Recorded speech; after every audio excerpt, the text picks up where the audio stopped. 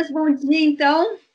Esse livro, ele surge, então, de um evento que foi organizado, foi um evento sobre 68, numa conjuntura em que várias universidades estavam organizando algum tipo de rememoração, de discussão, de reflexão sobre essa data redonda concernando a questão de 1968, e aí houve essa sugestão, essa ideia de juntar o programa de pós-graduação da UFSC, que na época estava sendo, em História, né, da UFSC, que na época estava sendo coordenado pela professora Beatriz Mamigonian, e o programa de pós-graduação em História da UDESC, no qual eu estava na coordenação, e juntando as duas bolsistas PNPD na época, que eram a Larissa para a UFSC e a Náshila na UDESC.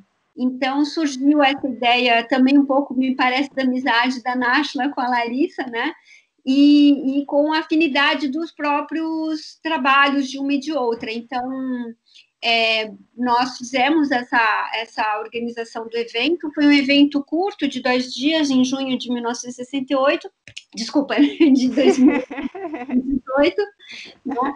E foi um evento curtinho, de 2 dias, mas muito interessante, né? Juntou, por lá, as nossas principais convidadas foram a Maria Paula Araújo e a Mirta Varela. E teve também uma coisa interessante desse evento, aliás, dois elementos que eu queria ressaltar. O primeiro é que o nome foi 1960, que foi uma tentativa nossa de trazer um olhar diferente, distinto para 68, que não tivesse tão ancorado na questão do Maio Francês, e, ao mesmo tempo, também com as convidadas principais sendo mulheres latino-americanas, né? Então, nós queríamos dar esse, digamos, toque um pouco diferenciado para essa rememoração. E teve um outro elemento interessante, que foi o convite para o Antônio Venâncio, que fez a pesquisa de imagens do documentário que nós também exibimos agora, do João Moreira Salles. Então, esse foi o evento, com participação também de outras pessoas em mesas redondas, né, que estão alguns deles autores de capítulos do livro. E aí, depois, com muito incentivo do professor Luiz Felipe Falcão, que na época coordenava o Laboratório de Estudos de Contemporaneidade da UDESC, que é nosso colega querido, a quem eu queria prestar uma homenagem, porque faleceu recentemente de uma maneira muito abrupta e inesperada, com, então, uma ajuda um incentivo muito grande por parte do Luiz Felipe Falcão, nós pensamos na possibilidade de publicar, de fazer desse evento uma publicação, e tivemos uma parceria muito bacana com a Letra Voz, né, com a editora, por meio do Ricardo Santiago, que eu também queria agradecer. E aí disso surgiu o livro, né, no qual a Náshila e a Larissa trabalharam bastante, e que saiu com essa capa bonita que nós escolhemos, de uma foto da Larissa, né, que eu achei muito a propósito, porque é uma pichação, e que eu acho que tem muito a ver com o espírito tanto do evento quanto do próprio livro e do próprio evento histórico. Então, mais ou menos essa é a história, uma breve história de como é que nasceu esse livro. Tá certo, então. Bom, como pós-faciadora dessa obra, queria primeiramente, publicamente, agradecer mais uma vez o convite para fazer essa escrita. Foi um texto que eu gostei muito de escrever, que foi bastante importante, porque ele foi escrito nesse pós-evento e numa conjuntura bastante delicada que todos nós estávamos vivendo pós-2018, né? Então, ele também foi um momento bem importante para colocar no papel algumas reflexões e alguns sentimentos do que acreditava que nós, enquanto historiadoras, e o que o nosso campo da história poderia fazer após 2018, tendo como um horizonte prospectivo, um horizonte de passado 1968. No momento que escrevi o pós-fácil, eu não tive acesso aos textos, mas, enfim, no último dia eu pude me dedicar um pouco a conhecer um pouco os temas dos livros, dei uma olhada nos capítulos das organizadoras também, na introdução feita pela Mariana, e acho que várias coisas que estão presentes ali são importantes para a gente fazer uma conversa e aí discutir ainda por que 1968.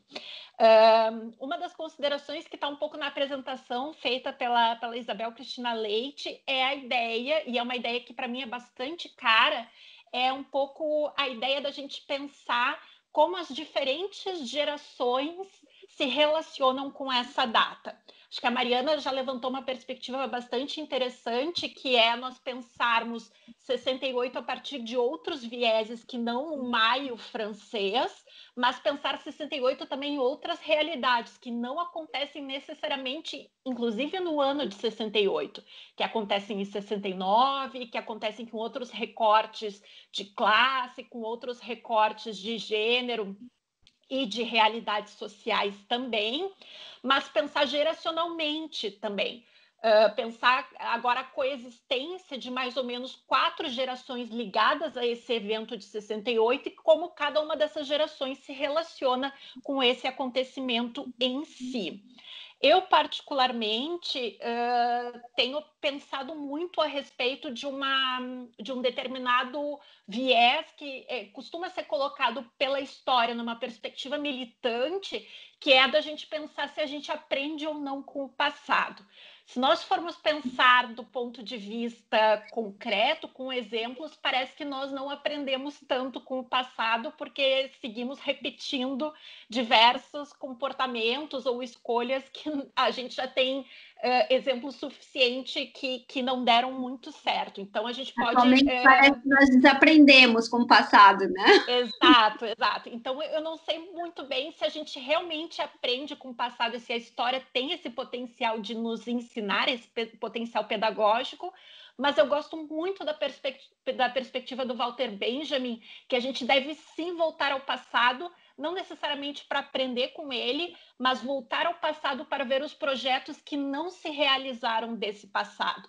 Então, acho interessante a gente pensar em voltar para 68 para pensar quais eram os projetos que estavam sendo colocados aqui, naquele momento e que, por diversas realidades, não se concretizaram e o que nós podemos buscar, então, e recuperar desse passado e realizar nesse presente. Então, antes de querer conversar com vocês algumas coisas, eu fiz uma seleção dos textos que vocês escreveram de frases que me impactaram bastante e que acho que podem servir um pouco para a gente fazer uma rodada de comentários gerais sobre os textos e sobre as análises que vocês fizeram, tá?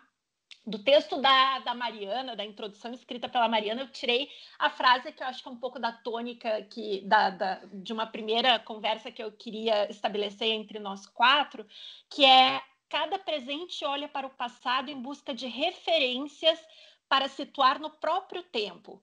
E quem sabe de ferramentas de compreensão do caminho percorrido e das alternativas possíveis.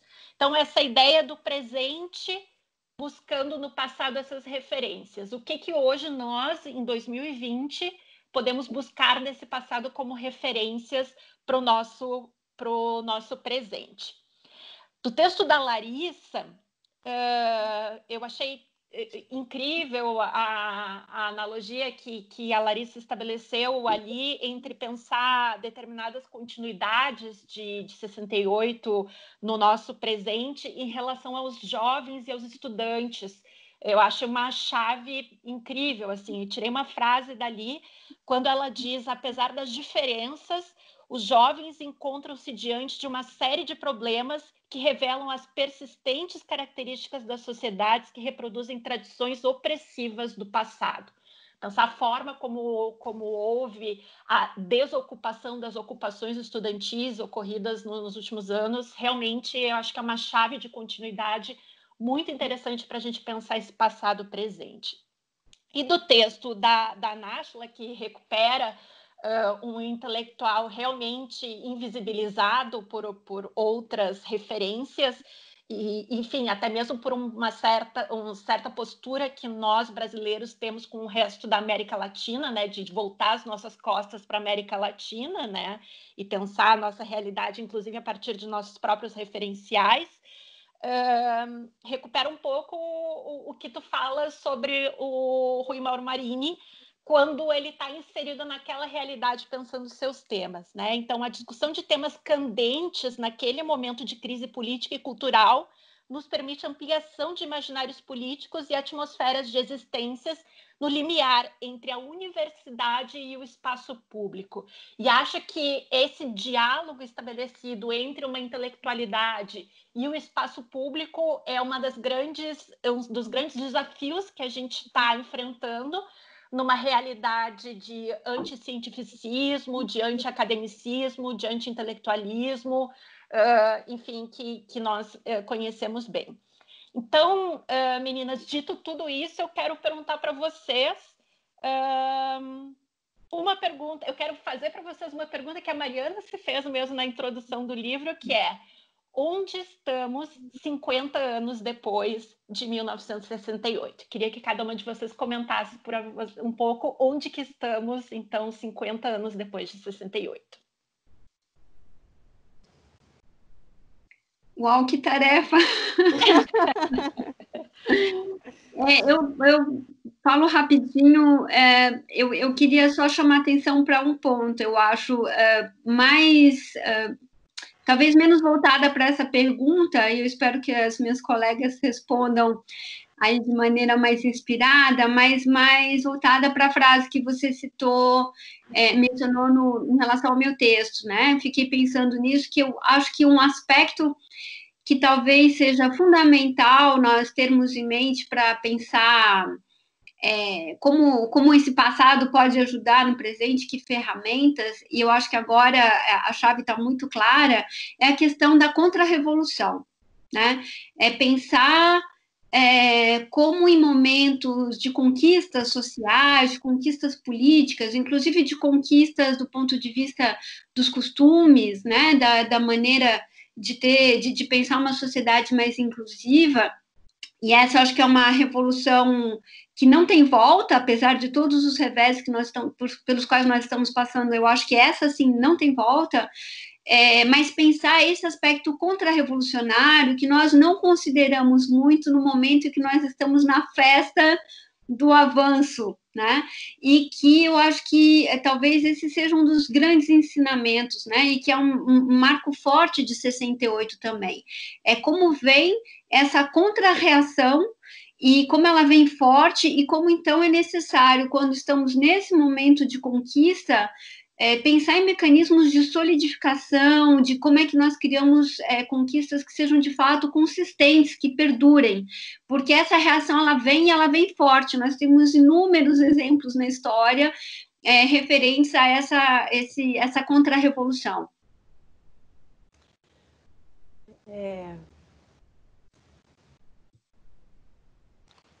Acho que eu vou falar então alguma coisa e a Larissa fecha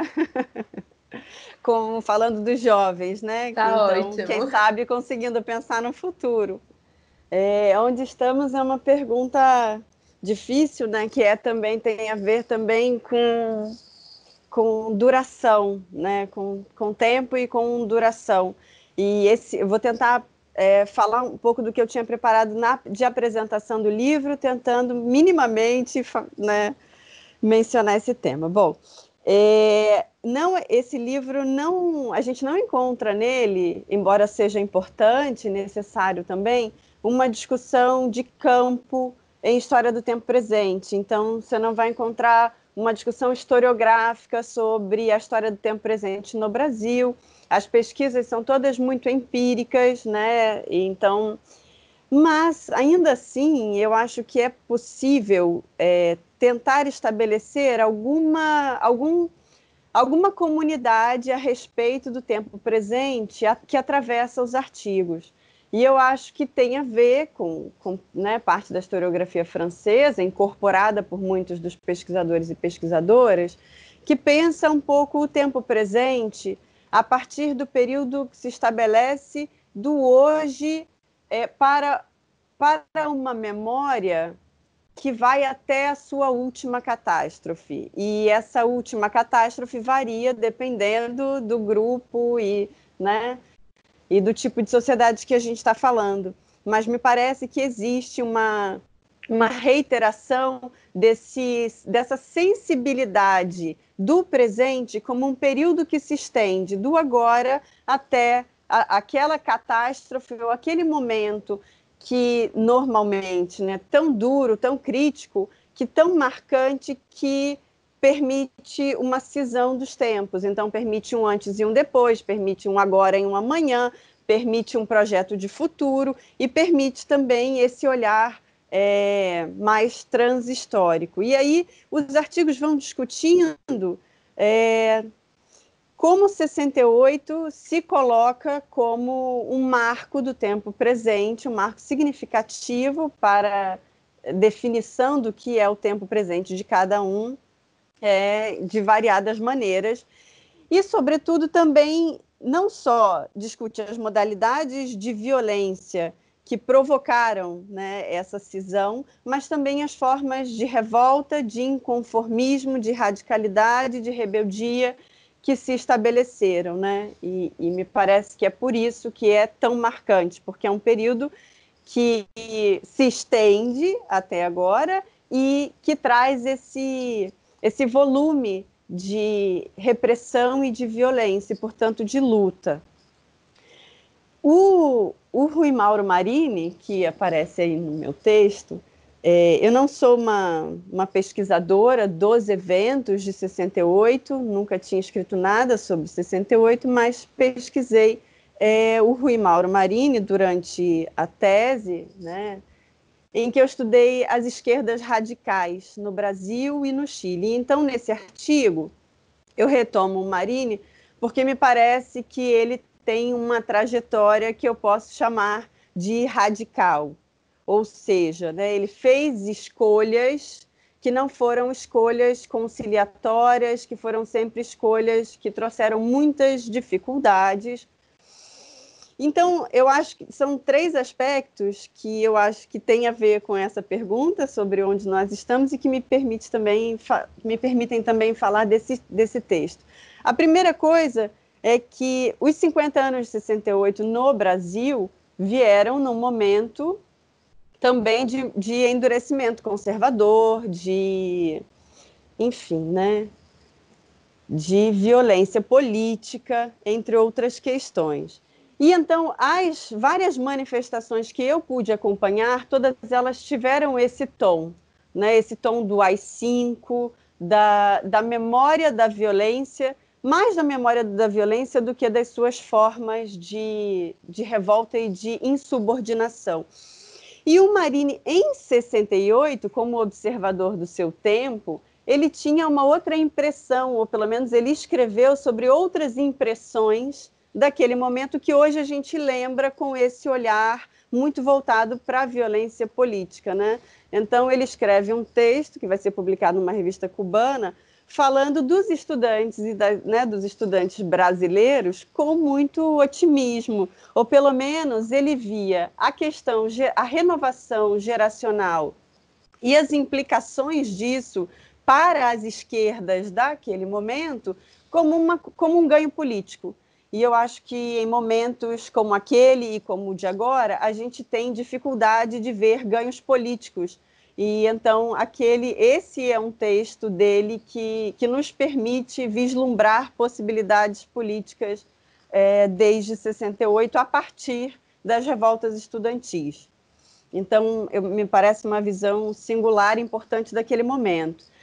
Depois que essa trajetória de movimentos e de circulação e de exílios, não vou entrar nesse ponto nesse momento, mas ela nos permite um olhar menos fatalista sobre as expectativas revolucionárias no Brasil. O que eu quero dizer é que, falando em olhar para projetos que foram vencidos, ou que foram superados, ou que, em última instância, foram derrotados, a trajetória do Marini nos permite produzir críticas menos fatalistas. Uma das críticas mais contundentes e mais repetitivas da historiografia da ditadura sobre os sujeitos, as mulheres e as organizações revolucionárias dos anos 60 e 70 incide sobre o seu pragmatismo. Então, o que se diz eles tinham uma perspectiva de história que era inevitável e tiveram como uma miopia política e não conseguiram vislumbrar as possibilidades e acompanhar o ritmo das transformações sociais. A vida do Marini e a trajetória dele nos permitem perceber que havia também muita sensibilidade envolvida, muita sensibilidade política envolvida, né?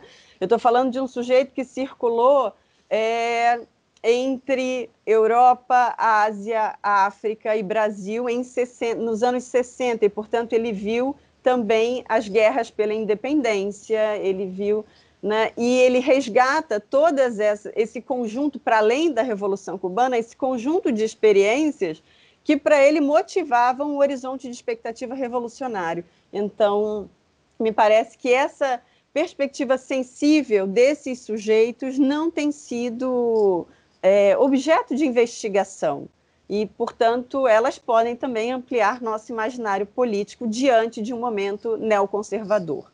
Por último, a trajetória dele também nos permite pensar as políticas de silêncio, que me parece têm sido reiteradas pelo presente, né? Não são um entulho autoritário, mas elas têm sido constantemente reiteradas pela política contemporânea, pelos sujeitos do nosso presente. E, desde a anistia em 79, em termos de exclusão da radicalidade, de maneira que a gente vê hoje direitas radicalizadas, né? Direitas, o que a gente chama de extremas direitas, mas nós temos um imenso pudor e dificuldade de falar das nossas radicalidades à esquerda. E isso, me parece, tem a ver com essa política de silenciamento, de desmoralização e de demonização das estratégias de não negociação e de empreendimento da insubordinação radical. Tudo isso aparece na trajetória do Marini. É isso. Então, onde nós estamos, né? Estamos me parece, ainda nesse caldo histórico, né? Nesse processo de... Me parece que não vivemos um pós ainda, né? A gente vive e está embebido de todas essas questões desde 68 para cá. É isso. Vai lá, Larissa. Obrigada. Gente, bom dia. Vocês estão me ouvindo? Estão, né? Bom dia. Primeiro eu queria agradecer, deixar aqui registrado meu agradecimento à Mariana, à Náshila e à Carol. Muito obrigada. E também a todas e todos os autores, né, que nos ajudaram nesse livro, nessa tarefa. O resultado ficou realmente muito surpreendente, ficou uma edição muito bonita, os textos são muito interessantes, e eu acho que ele cumpre esse esforço, né, da gente tentar deseuropeizar um pouco esse olhar sobre 68, que acho que foi um dos grandes obstáculos que eu enfrentei durante o mestrado, que foi quando eu estudei o 68 mexicano, né, era encontrar naquelas obras que eram organizadas ou que então reuniam, né, escritos sobre 68, algo que fosse mais latino-americano ou que desse conta de falar dessas experiências mais marginais, né, daquele ano que foi tão significativo, tão plural e, como o livro bem fala, né, ainda continua suscitando debates em novas gerações. Eu acho que esse é um pouco o gancho que eu tento fazer, Carol, no início do meu texto. Quando eu comecei a escrever aquela introdução, muito do que está ali são as minhas experiências como docente, né? Eu acho que a gente é uma geração mais jovem de docentes, né, que caiu aí no meio acadêmico, e que está lidando também com uma geração de estudantes muito jovens, né? E que são gerações cujas experiências e as subjetividades, elas são mediadas por meios virtuais, né?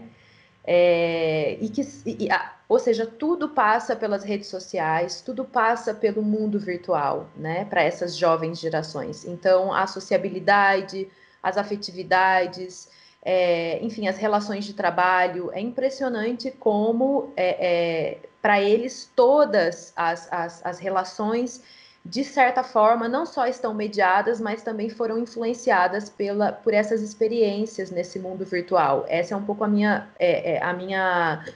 opinião, minha perspectiva, né, a respeito desses jovens, como eles estão forjando, né, as suas perspectivas a respeito do mundo, das relações, enfim, da própria política e etc. E quando a Carol fala a respeito disso que eu escrevi, né, que apesar de todas as diferenças, né, essas gerações ainda tentam lidar com essas características persistentes do passado que revelam essas tradições opressivas, né, é porque, de certa forma, esses jovens, eles tentam se reinventar no universo das militâncias, né, e que eu acho que isso é muito significativo para a gente pensar 68 e como 68 ainda inspira ou não, né, a atuação desses estudantes. E a partir disso, é interessante ver como eles se relacionam com essas experiências do passado, né? E uma das coisas que fica muito característica e que eu sinto nos universos, nos ambientes que eu circulei, eu me lembro que quando eu comecei a dar aula entre 2016 e 2017, né? Eu já lecionava antes, mas que eu de fato entrei na universidade para ser docente nesses anos. Havia um sentimento já de muita ebulição por conta, né, de todas as transformações que aquele processo do golpe estava ensejando nos movimentos estudantis. Os movimentos estudantis foram muito importantes nesse processo, né? Foram anos que revelaram uma série de ocupações, não só universitárias, mas principalmente secundaristas, algo que também guarda uma semelhança muito forte com o 68, porque o 68 ele é muito analisado a partir da perspectiva do movimento universitário, mas é um ano que também mostra uma explosão de movimentos secundaristas muito importante, né? O caso do México, por exemplo, ele é lido por grande parte da historiografia sobre aquele momento como um movimento estudantil universitário, mas ele começa como um conflito secundarista, e os secundaristas estão ali o tempo todo, né? Fazendo parte das brigadas de luta, fazendo parte das manifestações nas ruas, também levantando as suas bandeiras, né, que são as mais diversas possíveis, que vão desde a reforma no ensino até a questão do acesso às universidades, a liberação sexual, enfim, a democratização do Estado e etc. Então, você também tem esses conflitos entre diferentes gerações de estudantes que ocupam diferentes lugares, né, em termos educacionais e estudantis. E me parece que esses anos, né, sobretudo de 2013 para cá, que é quando essa nossa reviravolta política começa muito contundentemente no Brasil, os estudantes tiveram um papel muito fundamental, né? E me parece também que esse sentimento derrotista, depois de 2018, virou a tônica, né, desses grupos mais jovens. É um pouco o que eu sinto sendo docente e em contato com eles o tempo todo, né? Eu me lembro que no ano passado a gente teve a experiência de apresentar para eles um documentário muito interessante chamado Espero Tua Revolta, da Elisa Capai, que saiu recentemente. Inclusive, para quem tiver interesse, é só organizar uma sessão pela plataforma Taturana, que eles liberam. Agora isso não vai ser possível, porque a gente está em quarentena, né? Mas eles liberam um vídeo. É um documentário muito lindo, de uma sensibilidade muito grande, que fala sobre ocupações estudantis, que fala sobre secundaristas, que fala sobre personagens, mulheres, como as mulheres tiveram um protagonismo muito grande nesse processo nos últimos anos aqui no Brasil. E eu me lembro que após a exibição do filme, ali na plateia tinham estudantes que tinham tentado fazer uma ocupação ali no campus do interior, né? Outros que eram ativamente do movimento estudantil, outros que não tanto, mas que acreditavam que aquilo era muito necessário, enfim. E que havia um espectro, assim, uma atmosfera de um sentimento de derrota muito forte, né? Como se todas aquelas tentativas naquele passado recente, né? 2015, 2013, 2016, 2018, sobretudo, depois do processo eleitoral, tivessem ensejado uma derrota do movimento estudantil. Porque eu arrisco dizer que nesse processo dos últimos anos no Brasil, e essa é uma análise que eu faço puramente, enfim, conjectural, né, porque eu não tenho dados empíricos para trabalhar sobre isso, mas que eu arrisco dizer que o movimento estudantil foi uma das frentes de batalha nos últimos anos, que sempre esteve ali, com todos os seus problemas, com todas as suas incoerências, ou contradições, né, como todo movimento tem, mas o movimento estudantil sempre esteve, né, e isso a gente chegou meio que à conclusão, me abriu muito os olhos também um colega de profissão dizendo, olha, se a gente olhar para o movimento estudantil, a gente vai ver que nos últimos anos ele sempre esteve ali, né, na linha de frente, propondo alternativas, chamando as pessoas para as ruas, dizendo que era possível e necessário mudar, né? Então, as greves pela educação que aconteceram, as paralisações, né? Os tsunamis pela educação que aconteceram em 2018 e também 2019 e agora também estavam acontecendo, que foram paralisados por essa questão, né, da quarentena. Mas, mesmo que continuando nessa atuação, esses estudantes carregam esse peso da derrota já muito imediato por conta dessas experiências que eles tiveram e por conta, né, de como eles sofreram esses reveses repressivos e violentos nos últimos anos, de maneira muito contundente, né? Foram eu acho que repressões no universo das redes sociais, porque, de certa forma, há uma narrativa, há uma disputa narrativa, uma batalha por narrativas que acontece nesses universos virtuais, no Facebook, no Twitter, no Instagram, no próprio WhatsApp, que esses estudantes, a gente está perdendo essa guerra de narrativas, né? É só a gente ver, por exemplo, como as pessoas estão o tempo todo suscitando uma memória de elogio a respeito do próprio AI-5, a respeito da ditadura, a respeito da memória e da atuação de uma série de torturadores e militares ao longo daquele regime, né? Criminalizando os movimentos sociais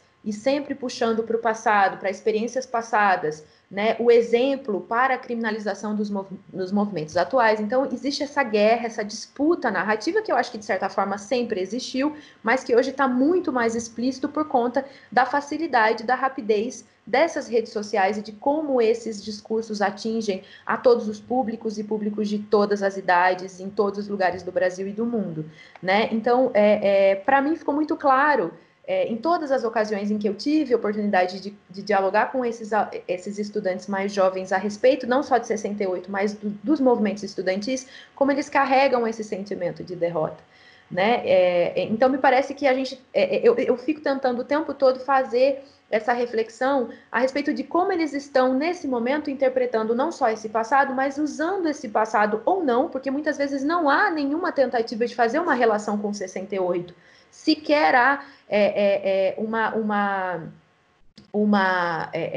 um interesse em resgatar ali algumas estratégias de luta ou algumas bases teóricas e etc. O que também fala muito a respeito das perspectivas e dos interesses dessa nova geração, né? Porque eles também não são obrigados a ficar resgatando no passado o tempo todo as bases para o que eles pretendem para o presente, né? Em termos de militância, né? Então, a minha tentativa foi um pouco tentar eu vivo nesse processo, tentar entender como esses estudantes hoje eles significam as suas próprias experiências no mundo da militância, porque a militância de 2020 e desses anos imediatamente anteriores a 2020, ela tem um teor muito diferente do que era a militância nas décadas passadas. Para eles, tweetar, escrever um post no Facebook também é uma forma de militância, né? Então, isso é muito significativo em como essas novas gerações estão significando esses movimentos estudantis, né?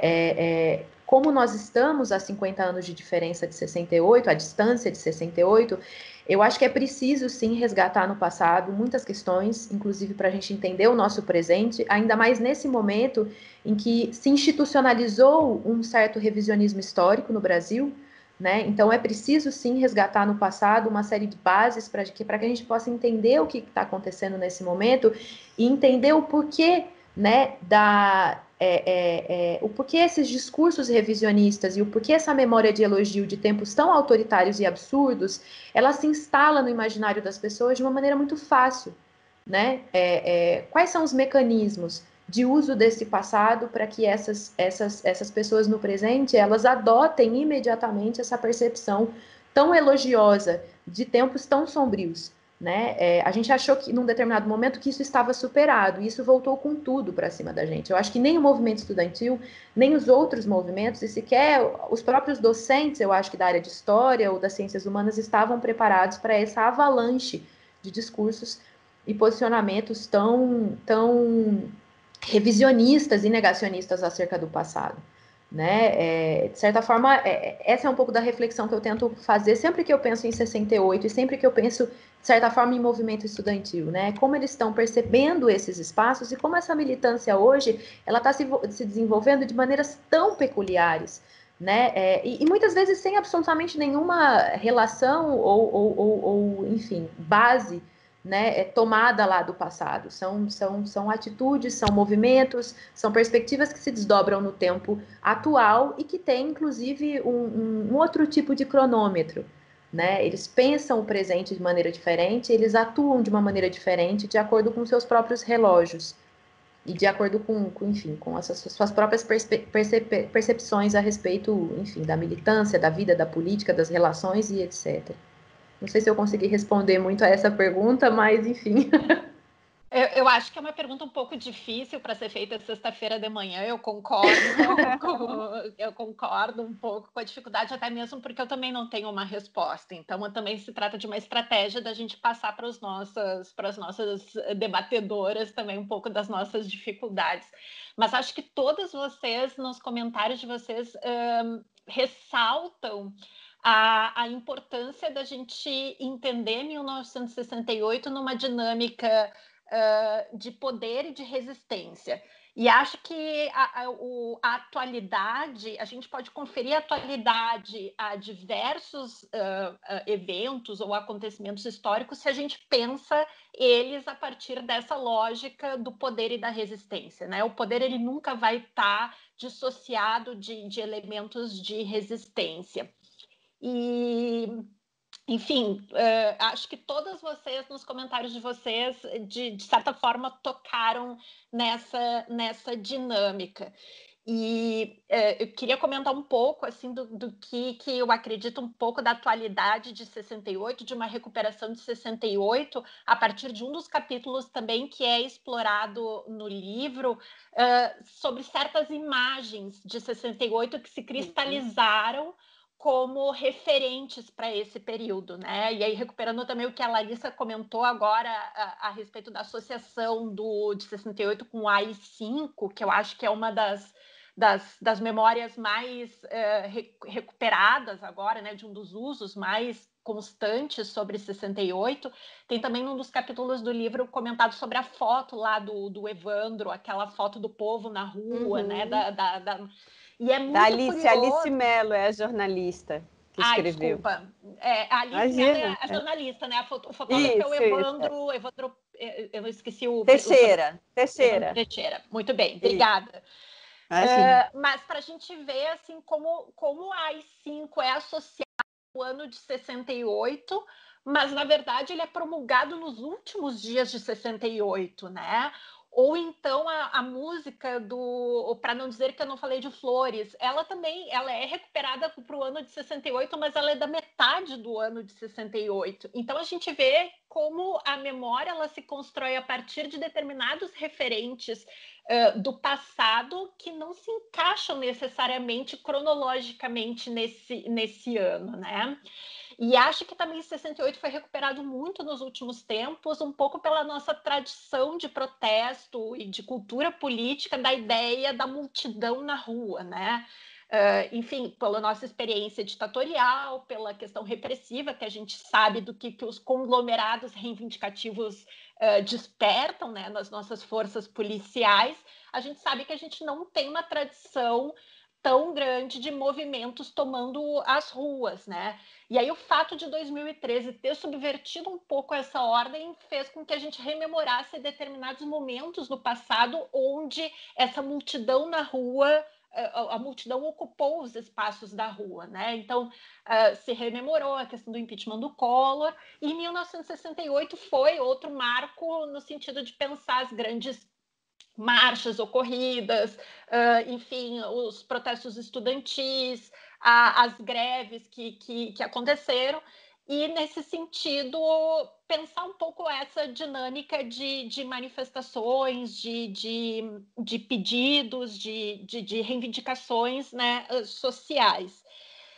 E uma outra coisa que eu queria comentar com vocês, a partir um pouco do que vocês falaram, e compartilhando também uma experiência, uma perspectiva pessoal, eu queria ouvir um pouquinho de vocês, como é que vocês chegaram até 1968? Como é que 1968 tocou vocês, assim? Não sei se quantos aniversários e datas redondas de 68 vocês acompanham, mas se a gente pensar geracionalmente, a gente deve ter pego mais ou menos 3 comemorações dessas datas redondas, né? Não contando 88, porque imagino que todas nós éramos crianças nesse momento, enfim, ou adolescentes, e talvez isso não tenha nos tocado tanto, mas pensando 98, 2008 e 2018, né? Pensando nas mudanças que essa data significou, acredito que, novamente, pensando na questão de gerações, eu acredito que uma geração que está ligada diretamente àqueles acontecimentos de 68, que talvez vocês tenham ouvido relatos e testemunhos de pessoas que tiveram diretamente relacionadas àqueles acontecimentos, para essa geração sempre tem um aspecto nostálgico de 68, sempre tem uma ideia de um momento da minha juventude, o momento das minhas lutas, e tudo que é bastante comum em relação a gente elaborar um relato da nossa juventude, né? Como um momento de luta,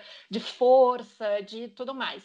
E acho que o livro, ele muda um pouco essa chave de 68, porque, enfim, trata-se de um livro com pesquisas acadêmicas, como a Náshila comentou, e a partir de uma perspectiva um pouco mais empírica e de investigações que trazem outros olhares sobre o 68. Então, eu queria saber um pouco de vocês, como é que vocês chegaram até o 68, como é que 68 cruzou a vida de vocês?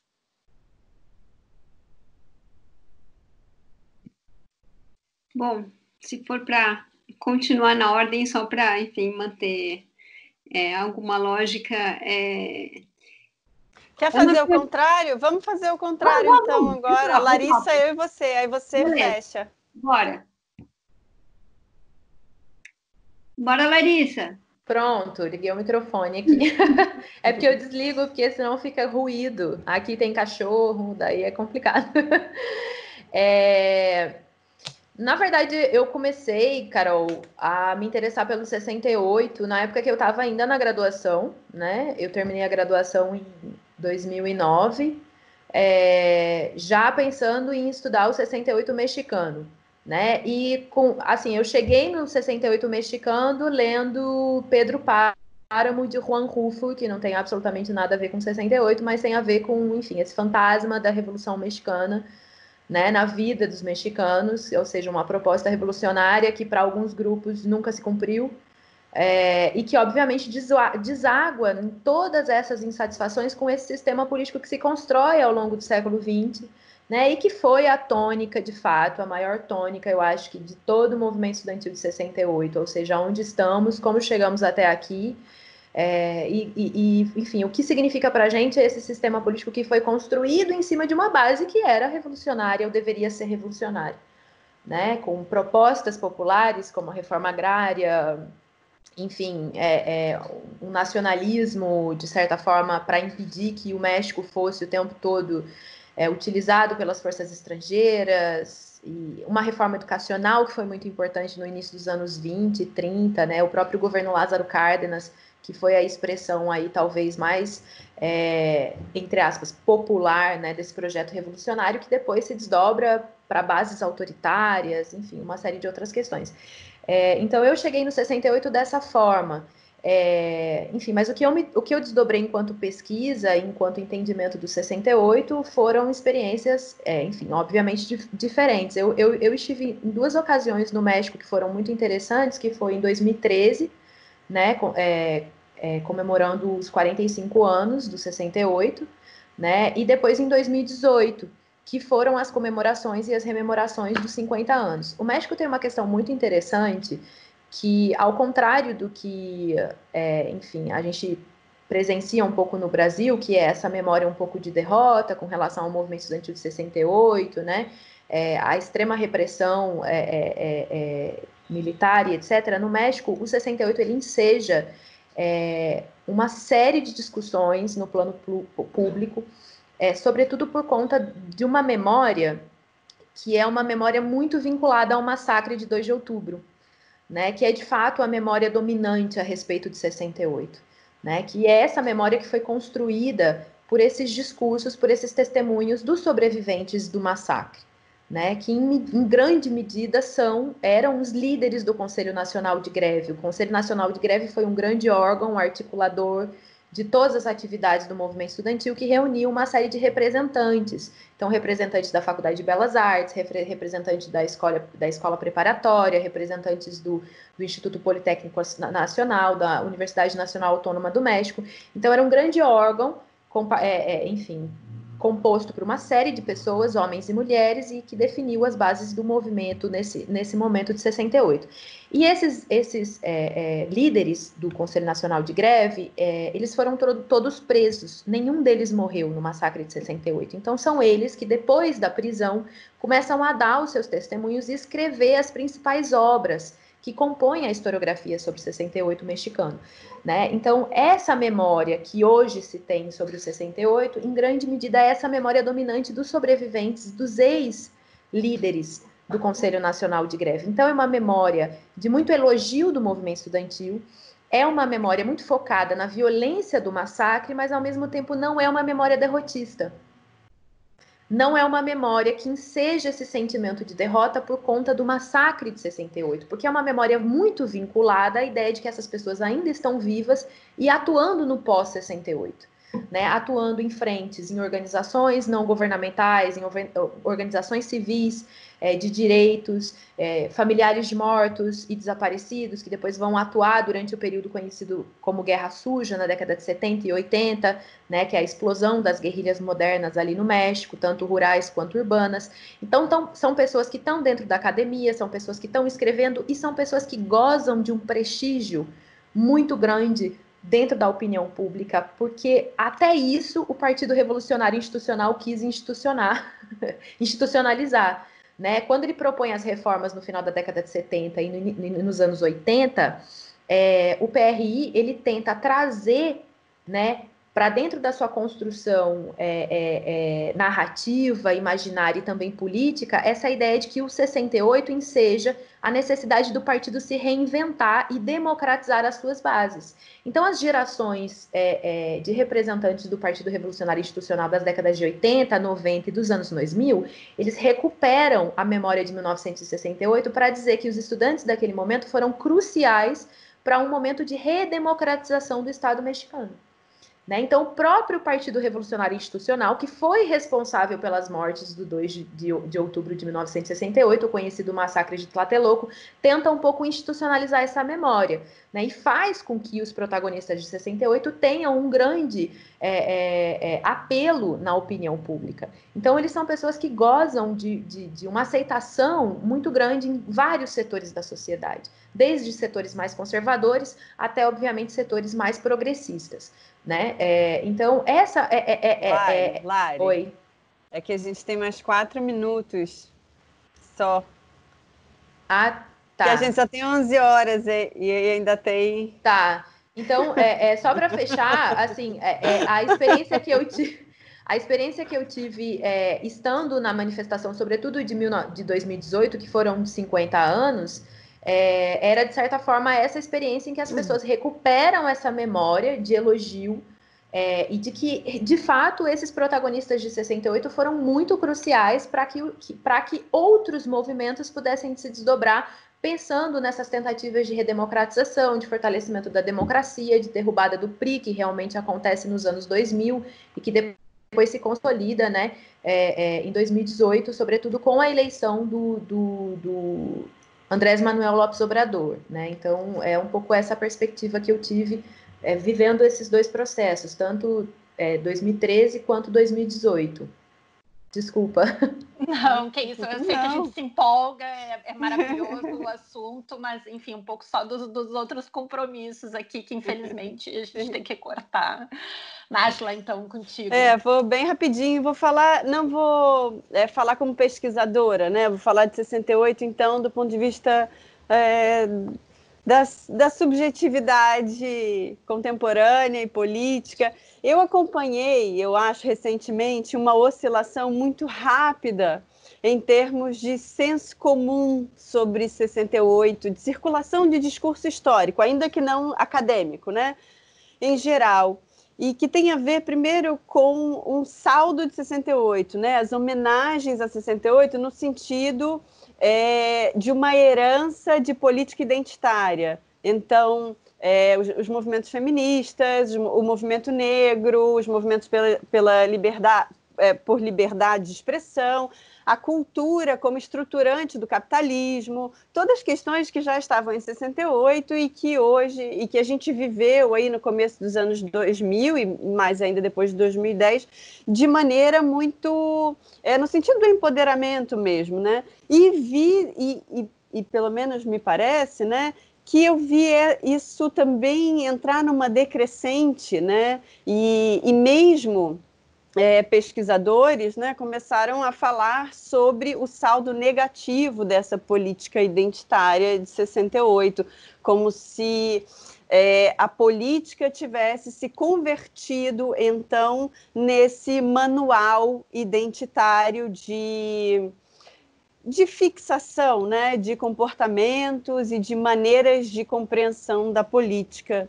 E isso incidiu também sobre o tempo, né, sobre 68. Então, são olhares diferentes que oscilaram muito rapidamente, tanto no senso comum quanto na área acadêmica, sobre 68. Acho que por isso também se tornou um momento muito importante para nós, entre outras coisas. Mas é isso, né, rapidinho.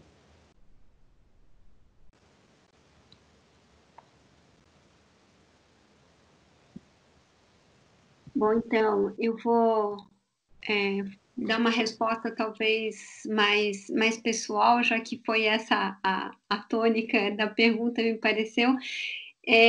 Até porque eu nunca tive como pesquisadora grandes relações com 68, né? Justamente porque 68 sempre evocou essa questão desse grito, né? Por maiores liberdades, por maiores possibilidades de novas formas de convivência, de existência.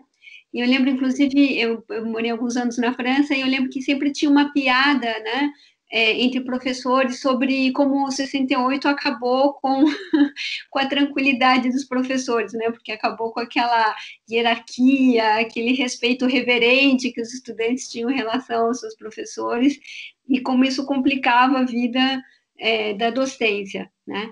E, ao mesmo tempo, sendo filha de ativistas políticos do período, eu diria que a minha relação mais pessoal com o 68 é justamente a de quem, de alguma forma, é a outra geração, né? E aí me tocou uma situação muito triste, porque a geração dos meus pais seria dos ativistas, aqueles que lutaram pela liberdade, que tiveram a alegria de ter como horizonte de expectativas um sonho de sociedade, né? E a minha geração seria a que viu as portas fechadas. Então, de certa forma, a minha referência pessoal de 68 é o ato institucional número 5. Não é à toa que eu fui justamente estudar o que acontece depois que se fecha essa porta, que é a criação de toda a arquitetura, que na verdade não começa aí, começa antes, mas aí é a apoteose, digamos, da criação do aparato repressivo. Então, infelizmente, enquanto sempre em 68 as pessoas viram essa explosão de liberdade, de rebeldia juvenil, eu estava sempre com o olhar, e essa é a tônica do meu texto, para esse outro lado sombrio, que é justamente da contra-revolução, né? Não queria terminar a nossa conversa com esse sombrio, mas ao mesmo tempo é um pouco o que nos toca, até por uma questão do momento que estamos vivendo hoje, né? É isso. Bom, meninas, então, para a gente não... Eu acho importante, Mariana, essa tua consideração, porque é importante a gente lidar com o que o presente nos apresenta, né? E acho que uma das coisas que 2018 fez com que a nossa geração se desse conta, ainda que houvesse aprendizados anteriores, é que a democracia não está dada. Ela é um processo em contínua construção e que nós temos que continuamente estar em luta, né? Que talvez tenha sido uma herança de uma data terminada em 8, né? A promulgação da Constituição em 88, mas essa ilusão de que a democracia estava ali naquele texto constitucional se desfez em 2018. Meninas, foi um prazer imenso estar com vocês. Eu espero que não demore 10 anos, no próximo 60 anos de 68, para que a gente repita essa conversa. Mas foi um prazer muito grande conversar com vocês. Gostaria de estender muito mais esse nosso encontro. Desejo que vocês fiquem bem, cuidem de vocês, cuidem dos seus também, e que logo, logo a gente possa pensar uma outra realidade, não voltarmos à normalidade, né? Porque a normalidade parecia ser o problema, mas que pensemos uma outra realidade melhor depois que nós sairmos dessa situação. É isso aí. Obrigada, Carol. Obrigada, meninas. Um super prazer. Obrigada, Obrigadíssimo. Beijo gigante. Beijo. Tchau, Larissa. Beijo. Beijo. Beijo. Obrigada. Tchau. Tchau, Carol.